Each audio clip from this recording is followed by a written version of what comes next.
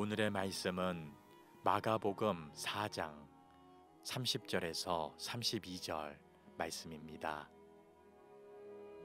또 이르시되 우리가 하나님의 나라를 어떻게 비교하며 또 무슨 비유로 나타낼까?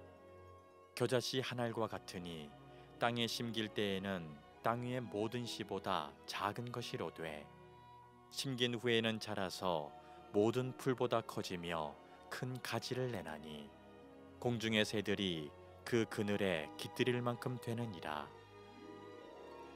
아멘. 할렐루야. 주일 아침 하나님을 예배하러 오신 여러분 모두를 주님의 이름으로 축복하고 환영합니다. 요즘 길을 가다 보면 많은 나무들의 초록 잎들로 이렇게 무성해지는 모습을 볼 수 있습니다. 그 싱그러운 초록색 잎으로 그 나무가 가득 채워지고 있는 이러한 변화들을 보게 되면 여러분들은 어떠세요? 저는 문득 보다 보면 굉장히 신기하거든요.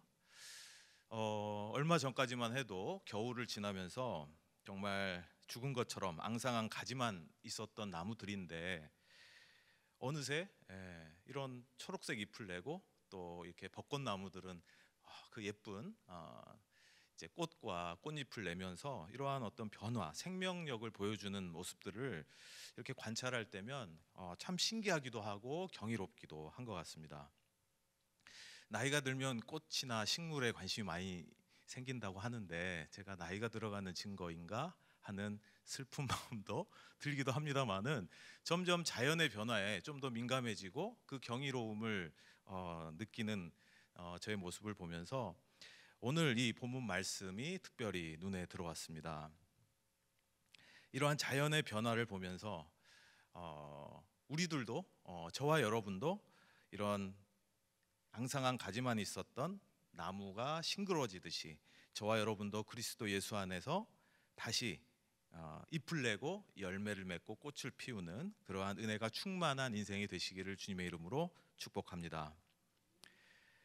예수님께서는 제자들과 많은 사역들을 해 나가시면서 특별히 많은 교훈의 말씀, 하나님의 나라에 대한 여러 가지 비유의 말씀을 하셨는데요.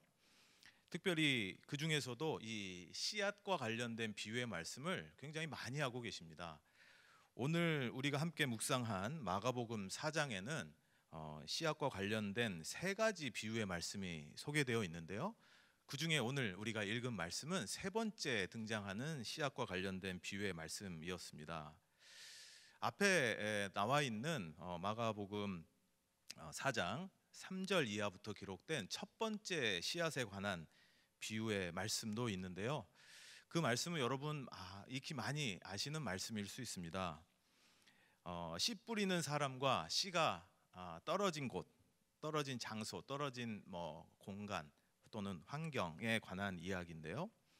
그 각각 씨가 어떤 사람에 의해서 뿌려졌는데 그 씨가 뿌려진 곳이 어떤 곳이 있느냐에 따라서 그 결과가 어떻게 되는지에 대한 비유의 말씀을 예수님께서 자세하게 설명하고 계시는 이야기입니다.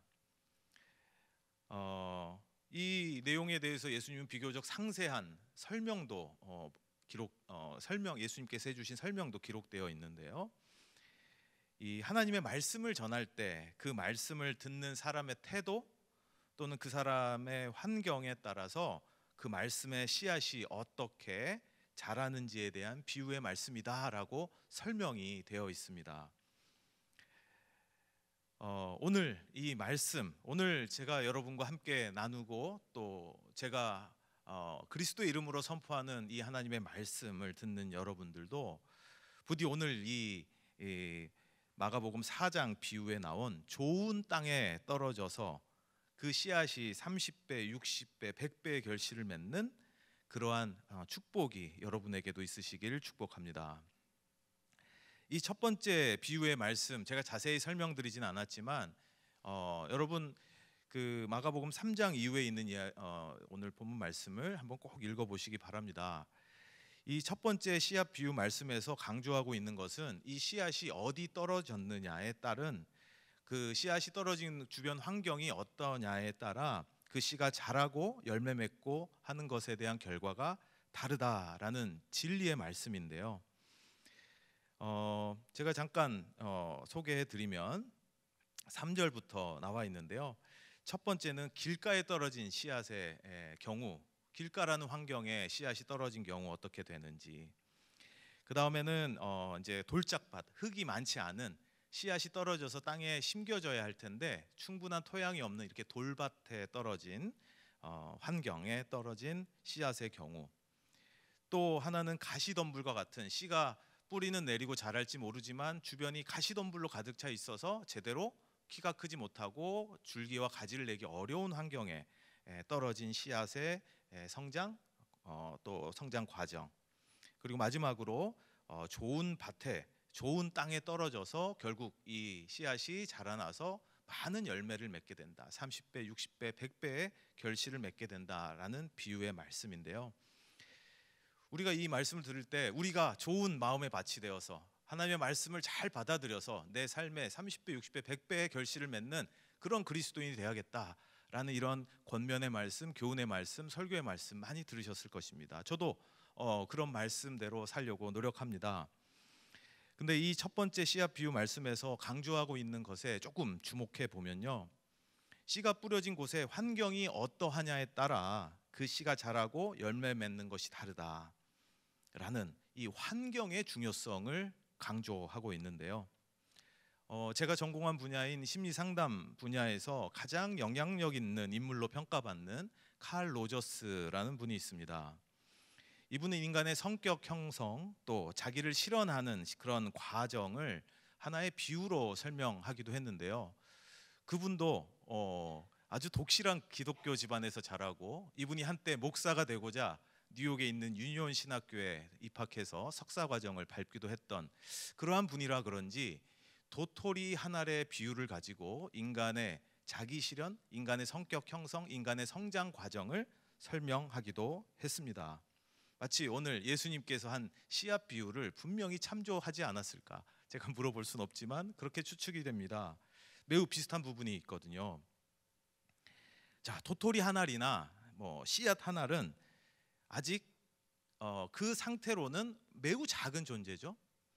아직 잠재력과 가능성만으로 존재하는 상태라고 설명할 수 있겠습니다. 모든 씨앗은, 이 도토리 한 알이 됐던 모든 씨앗은 창조주 하나님께서 부여한 자신의 모습을 그대로 드러내려고 하는, 도토리는 참나무, 떡갈나무가 되려고 하는 잠재력과 가능성을 그 도토리 안에 가지고 있는 것이죠. 제 말이 틀린가요? 혹시 도토리 안에 커다란 떡갈나무, 도토리를 맺는 그 참나무가 막 구겨져서 들어가 있나요? 그건 불가능하겠죠. 도토리 안을 아무리 열어보셔도 그 안에 떡갈나무가 막 무한대로 접혀가지고 스폰지처럼 압축돼가지고 들어있는 게 아닙니다. 그 안에는 도토리가 참나무, 원래 자기가 되려고 하고자 하는 존재인 그 어떤 떡갈나무, 참나무, 도토리 열매를 맺는 그 본래 나무가 되고자 하는 경향성과 잠재력을 가지고 소위 DNA 코드에 부여되어 있는 것이죠. 그래서 이 씨앗은 창조주가 부여하신 자신의 모습을 드러내려고 하는 경향성과 잠재력을 지닌 상태로 존재하는 것입니다. 이 작은 도토리 한 알이 심겨져서 자라나게 되면 점점 자기를 드러내기 시작합니다. 커다란 참나무가 되어서 수많은 도토리를 열매 맺게 되는 자신이 스스로 되어가는 것이죠. 아까 말씀드린 것처럼 이 도토리 안에 참나무가 구겨져 있는 게 아니고 말이죠. 도토리가 땅에 심겨지고 이 땅에 심겨진 상태에서 토양에 적절한 영양분과 수분을 흡수하고 또한 수분이 공급되고 또 적절한 햇볕과 온도가 유지되면 이 도토리는 하나님이 부여하신 대로 자신이 되고자, 참나무가 되고자 하는 자신의 잠재력과 가능성을 조금씩 드러내며 자기를 실현해 나가게 됩니다. 뿌리를 내리고 떡잎을 틔우고 줄기를 내고 가지를 뻗으며 자라나게 되고요. 결국은 수많은 도토리를 열매 맺는 멋진 참나무가 되는 것이죠. 여러분, 저는 지금도 신기한데 아마 우리 어린이들은 학교에서 그런 과제나 실험을 많이 했을 것입니다. 이렇게 비이커나 이런 그 이제 솜이나 그 흙을 담아놓고 씨앗을 심고 거기에 물을 주고 이렇게 창가에 햇볕이 잘 드는 데 두면 하얗게 며칠 만에 뿌리가 나오고 떡잎이 나오고 그 떡잎을 떼어내면서 줄기가 솟아오르고 잎을 내고 이렇게 자라나게 되는 그러한 식물의 성장 과정을 씨앗에서부터 적절한 환경을 조성해주고 그것이 자라나는 과정을 실험하고 관찰하는 이러한 경험을 하게 되는데 저는 지금 봐도 신기합니다. 여러분, 씨앗 한번 보세요. 이 씨앗이 이 안에 생명력이 도토리 하나 안에 그 커다란 참나무가 되고자 하는 생명력, 잠재력, 가능성이 그 안에 담겨 있다는 게 여러분 믿기십니까? 도토리 묵 맛있게 먹을 때 도토리를 우리가 좀 눈여겨볼지 모르지만 우리가 지나다닐 때는 굉장히 작고 별로 관심도 갖지 않는 그런 것이죠. 여러분, 책상 위에 씨앗이 널브러져 있어요. 우리 지난주에 씨앗 나눠줬죠. 그 씨앗 그대로 놔두면 꽃을 피웁니까? 하나님께서 창조하신 그 씨앗, 이 자연에 존재하는 이런 모든 생명력을 가진 존재들은요 분명히 그 자체로 굉장히 가치가 있습니다. 하지만 오늘 제가 좀 주목하고자 하는 것은 그 씨앗이 자신의 잠재력과 가능성, 생명력을 발휘할 수 있는 적절한 환경에 속하지 않으면 아무런 변화가 일어나지 않는다는 것이죠. 자신을 드러내지 않는다는 것입니다. 드러낼 수 없다는 것이죠. 창세기 1장에 여러 생명체 또 인간도 창조하시는 그러한 창조의 역사가 소개되어 있죠. 창세기 1장 말씀에 하나님이 인간을 비롯한 생명체들에게 복을 주시며 이렇게 말씀하십니다. 생육하고 번성하여 땅에 충만하라. 모든 하나님이 창조하신 생명체에는 이러한 명령이 들어 있습니다. 과학적으로 얘기하자면 우리의 유전자, 우리의 DNA의 가장 강력한 코드는 나의 생명력을 드러내서 이 땅에 생육하고 번성하고자 하여야 하는 그러한 어떻게 보면 그 명령어가 들어있다고 할 수 있는 것이죠. 모든 생명체에게 자신의 생명력을 자기 자신을 드러내고 실현하고자 하는 잠재력과 가능성을 하나님께서 부여하고 있다는 말씀입니다. 이 과정에서 가장 중요한 두 가지는 무엇일까요? 바로 씨앗과 환경입니다. 아무리 환경이 있어도 씨앗이 심겨지면 아무 일도 일어나지 않겠죠. 하지만 인간은 그 씨앗을 만들 수 없습니다. 어떠한 인간도 그 생명력을 가진, 잠재력을 가진 그 생명체의 씨앗을 만들 수 있는 사람은 없습니다.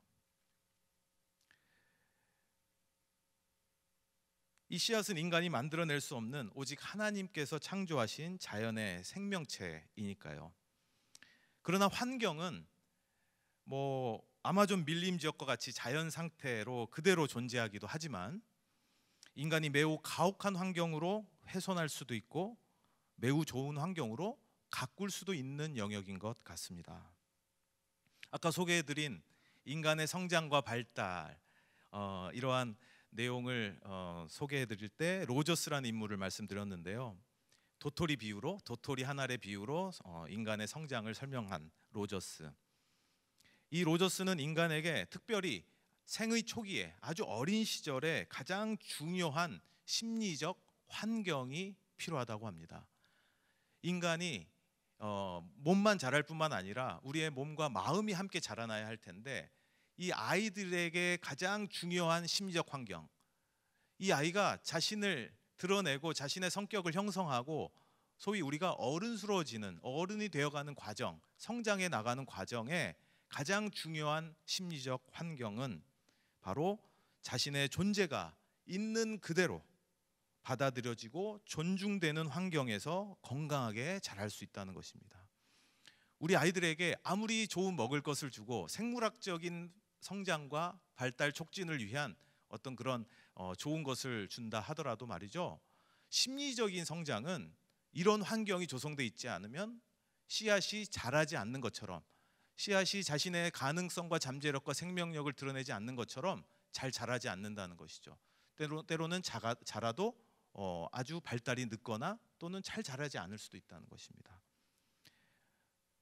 바로 이것을 뭐라고 불렀냐면, 인간은 무조건적인 긍정적으로 수용받는 경험 또는 존중받는 경험이 반드시 필요한 심리적인 환경이라는 것입니다.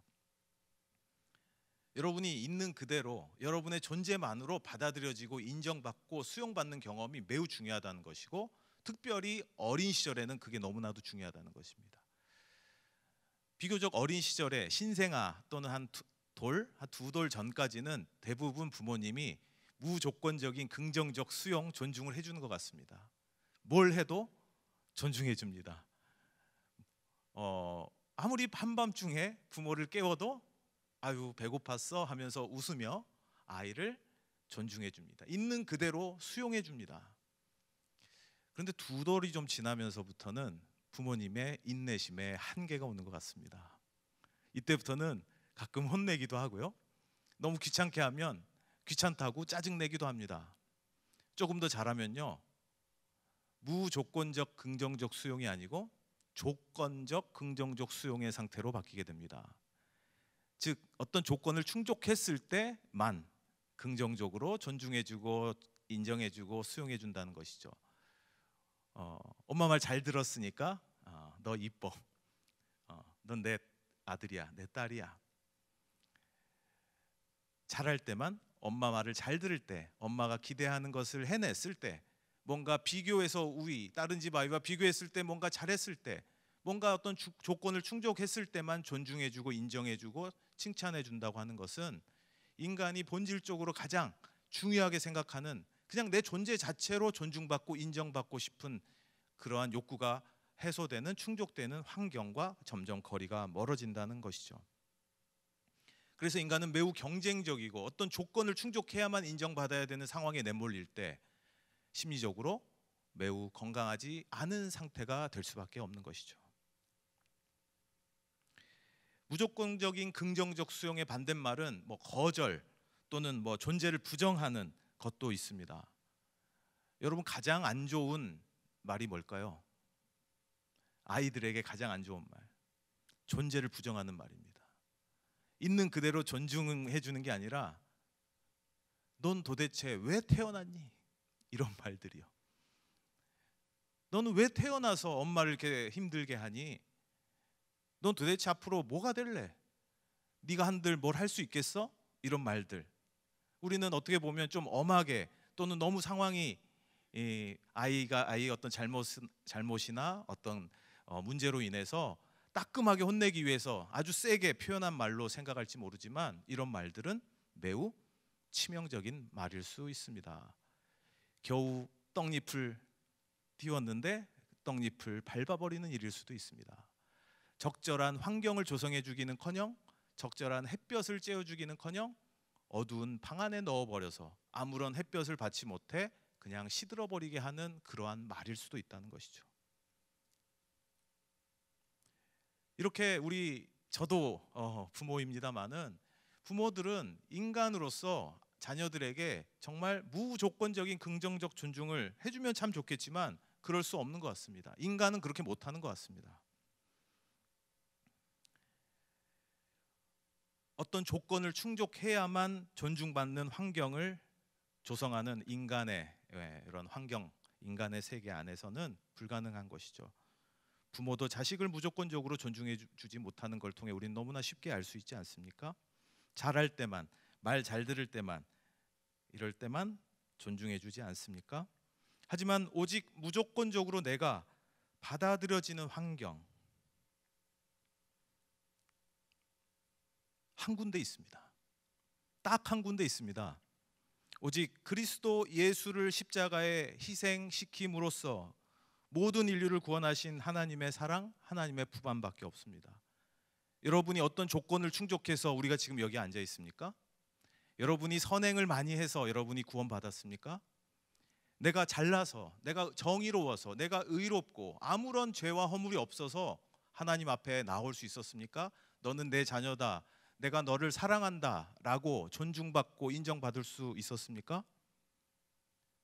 우리는 존재 자체만으로 하나님께 받아들여지고 있는 것입니다. 존재 자체만으로 우리는 하나님의 사랑받을 자격이 있다고 우리는 얘기 듣고 있지 않습니까? 이것이 바로 우리가 무조건적으로 긍정적으로 존중받고 수용받을 수 있는 오직 하나의 환경이라는 것이죠. 예수 그리스도는 우리를 있는 그대로 받아들여 주십니다. 예수 그리스도를 통해 우리는 어떤 문제를 가지고도 나아올 수 있습니다. 심지어 우리는 어떤 문제를 저지르면 엄마에게 얘기 못합니다. 엄마한테 혼날 게 분명하거든요. 그래서 오히려 가족에게, 친구에게 말 못한 고민도 있습니다. 내가 이 얘기를 하면 친구가 날 뭐라고 생각할까? 엄마가 얼마나 실망할까? 엄마한테 얼마나 혼날까? 내가 무슨 얘기를 해도 있는 그대로 받아들여질 수 있는 그러한 대상은 여전히 인간은 아니라는 것이죠. 물론 우리가 사람 사회에서 서로 믿고 사랑하고 하는 그런 관계 매우 중요합니다만은 우리가 궁극적으로 내 존재가 받아들여지고 무조건적으로 수용될 수 있는 그러한 곳은 바로 하나님의 품 안밖에 없는 줄로 믿으시기 바랍니다. 우리는 예수 그리스도를 통해 어떤 문제를 가지고도 나올 수 있습니다. 기도할 수 있습니다. 간구할 수 있습니다.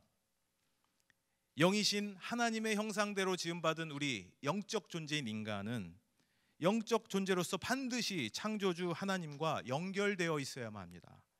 그래야만 살 수 있습니다. 그러한 환경에 속해 있어야만 우리가 우리의 생명력과 잠재력과 가능성을 발휘할 수 있습니다. 여러분의 자녀는 어떤 환경에 자라고 있습니까? 여러분의 인생의 목표, 여러분의 꿈은, 그 꿈의 씨앗은 어디에 심겨져 있습니까? 두 번째 씨앗의 비유는 4장 26절 이하에 기록된 말씀입니다. 하나님의 나라를 씨를 뿌리고 그 씨앗이 싹을 내고 자라나서 추수하는 과정으로 비유하고 있습니다. 여기에 우리가 좀 주목해야 할 부분은 씨를 뿌려놓은 이후에 일어나는 일들인데요. 27절에 이렇게 기록되어 있습니다. 밤낮 자고 일어나는 사이에 그 씨에서 싹이 나고 자라지만 그 사람은 어떻게 그렇게 되는지를 알지 못한다. 28절에 땅이 저절로 열매를 맺게 하는데 처음에는 싹을 내고 그 다음에는 이삭을 내고 그 다음에는 이삭의 알찬 나달을 낸다. 29절 열매가 익으면 곧 낯을 댄다. 추수할 때가 왔기 때문이다. 씨앗은 하나님 나라와 같은 적절한 환경에 심겨지게 되면 나는 어떻게 그렇게 되는지 알 수 없지만 싹을 냅니다. 뿌리를 내리고 싹을 냅니다. 그리고 자라나게 됩니다. 땅이 저절로 열매를 맺게 한다고 하였습니다. 이것이 바로 하나님 나라라고 해요. 즉 하나님 나라의 땅에 뿌려야 심겨져야 한다는 것입니다.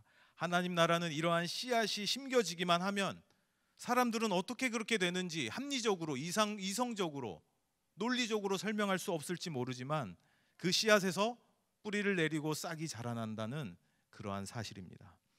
그리고 씨앗이 심겨진 그 땅은 그 씨앗이 자라나 저절로 열매 맺게 한다는 그러한 생명의 원천이 된다는 것이죠. 우리가 심겨져 있어야 할, 우리가 뿌리를 내리고 있어야 할 그 땅은 어디입니까? 바로 하나님 품 안에 머물러야 하는 것이죠. 하나님 품 안에 우리는 뿌리를 두고 있어야 한다는 것입니다. 그러면 하나님의 은총 가운데 저와 여러분의 씨앗은 뿌리를 내리고 자라나 열매를 맺게 될 줄로 믿습니다. 세 번째 씨앗의 비유의 말씀이 오늘 성경 말씀인데요. 마가복음 4장 30절, 32절 말씀 우리가 함께 읽었는데 예수님은 이 씨앗을 또 다른 측면에서 비유로 말씀하고 계십니다. 아주 작은 겨자씨라고 비유를 하시면서요. 이 세상에서 가장 작은 씨앗인 겨자씨 하나가 심겨지면 이것이 자라나서 많은 새들도 와서 깃드는 큰 나무가 된다, 이런 말씀이죠. 이 비유는 하나님의 나라가 어떻게 시작되고 성장하는지에 대한 설명이기도 하면서 우리에게 아주 작은 씨앗, 아주 작은 것에도 불구하고 그것이 가진 잠재력, 결국은 크게 쓰임 받을 수 있고 크게 자라나서 열매 맺게 된다, 또는 세상을 이롭게 한다, 또는 새들이 깃들을 수 있는 뭔가 그러한 타인을 이롭게 하는 그러한 존재가 될 수 있다는 측면도 우리가 비유적으로 해석할 수 있겠습니다. 우리는 종종 우리의 능력이나 내가 가진 어떤 그 자원의 부족으로 인해서 우리의 꿈이나 목표를 이루지 못한다 생각할 수도 있습니다. 하지만 여러분, 씨앗의 비유를 생각해 보십시오. 하나님은 저와 여러분에게 분명 여러분에게 씨앗을 심겨 놓았습니다. 잠재력과 가능성을 여러분에게 주었다는 것이죠. 씨앗은 작지만, 때로는 아무것도 아닌 것 같지만, 때로는 이것이 있는지도 모르지만 적절한 조건과 환경에 놓이게 되면 나도 모르게 뿌리를 내리고 싹을 틔우고 자라나게 됩니다. 그리고 이게 계속 그 적절한 환경과 조건에 놓이게 되면, 조건이란 말은 아까 제가 조건화된 이게 뺐고요, 적절한 환경에 속하게 되면 실은 우리가 상상하지 못한 엄청난 결과를 내놓기도 합니다. 이것은 우리 인생에서도 마찬가지라고 할 수 있겠습니다.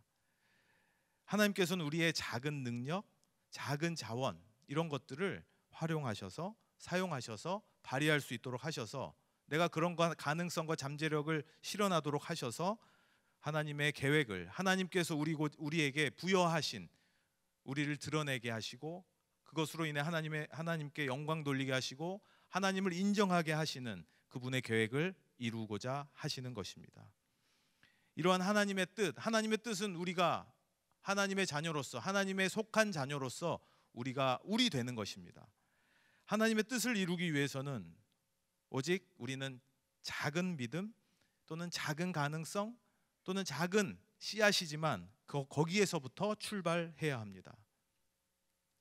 작은 믿음이 우리를 새싹을 나게 하고 줄기를 내고 성장해서 꽃과 열매를 내게 하는 것입니다.